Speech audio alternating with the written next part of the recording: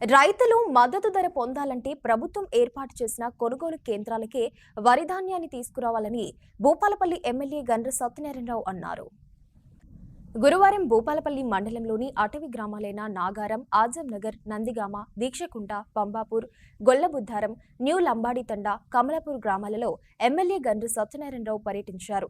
ఈ సందర్భంగా ఆయా గ్రామాల్లో ఏర్పాటు చేసిన వరిధాన్యం కొనుగోలు కేంద్రాలను ఎమ్మెల్యే ముఖ్య అతిథిగా హాజరై ప్రారంభించారు. అనంతరం ఎమ్మెల్యే మీడియాతో మాట్లాడారు. ధాన్యం తీసుకురాబోతున్న రైతులకు ఎలాంటి ఇబ్బందులు తలెత్తకుండా నిర్వాహకులు తగిన ఏర్పాట్లు చేయాలని ఎమ్మెల్యే అక్కడున్న వివిధ శాఖల అధికారులకు ఆదేశించారు. కొనుగోలు ప్రక్రియ సాఫీగా సాగేలా అధికారులు ప్రతిరోజు పర్యవేక్షణ చేయాలని తెలిపారు. వివిధ గ్రామాలలో గోనె సంచుల కొరత ఉందని రైతులు ఎమ్మెల్యే దృష్టికి తీసుకురాగా సాయంత్రం కల్లా సమస్యను పరిష్కరించాలని సివిల్ సప్లై డీఎంను ఆదేశించారు. ఈ కార్యక్రమంలో ఎమ్మెల్యే వెంట కాంగ్రెస్ పార్టీ నేతలు, వివిధ శాఖల అధికారులు, కార్యకర్తలు, రైతులు, గ్రామస్తులు ఉన్నారు.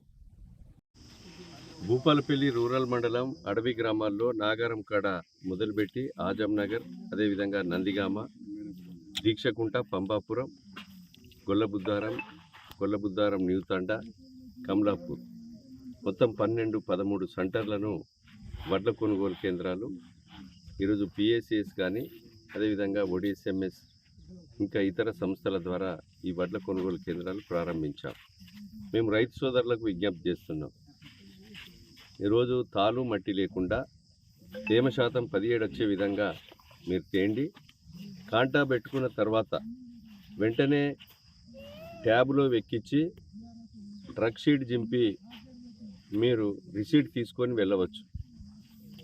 ఆ కళ్ళంలో మీ బస్తాలున్నా రైస్ మిల్లర్ దగ్గర తప్పులు జరిగినా ఈ వడ్ల కొనుగోలు కేంద్రం సెంటరే పూర్తి బాధ్యత వహించాలి. 40 కిలోల 650 గ్రాములు జోకాలి, 650 సంచి వేటు, రైతు కాంటా 40 కిలోలు. దీన్ని పాటించవలసిందిగా నేను కోరుతున్నాం. ఇందులో ఎవరు తప్పులు చేసినా ఈ ప్రభుత్వం కఠినమైన చర్యలు రైతు తీసుకోవడం జరుగుతుంది. రైతుకు అన్యాయం జరిగితే ఈ ప్రభుత్వం క్షమించేది లేదు.